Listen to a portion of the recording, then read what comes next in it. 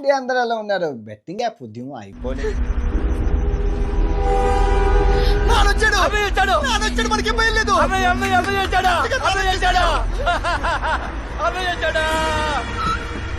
అండి, ఎందుకంటే ఐపీఎల్ పునఃప్రారంభం అయింది ఈ రోజు నుంచే కాబట్టి మన బెట్టింగ్ యాప్ ఉద్యమం కూడా పునఃప్రారంభం ఈ రోజు నుంచి అవుతుంది.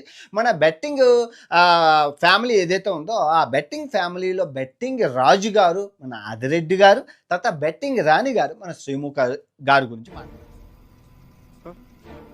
వీళ్ళిద్దరూ బెట్టింగ్ యాప్లు ప్రమోట్ చేశారు. సో వీటి గురించి వెళ్ళే ముందు ఎందుకు ఆపేశానంటే ఐపీఎల్ ఆగిపోయింది కాబట్టి ఆపేశాను. ఐపీఎల్ అయినంత వరకు కదా, మే 25 వరకు చేద్దాం అనుకున్నాను, అది కాస్త జూన్ 2 వరకు వెళ్ళింది. సో అంతవరకు చేద్దాం. ఇంకా చాలా ఉన్నారు మన దగ్గర, చాలా దాచించాం. వీడియో గట్టిగా లైక్ కొట్టండి, చాలా బాగుంటుంది. ఫస్ట్ మన ఆదిరెడ్డి గారు. ఈ ఆదిరెడ్డి గారు మీ అందరికీ తెలుసు, యూట్యూబ్ ఛానల్ ఉన్నాయి, 2 ఛానళ్ళు ఉన్నాయి, వాళ్ళ మిస్సెస్ది. తర్వాత మన ఇన్స్టాగ్రామ్ అకౌంట్లో ఛానళ్ళు ఉన్నాయి.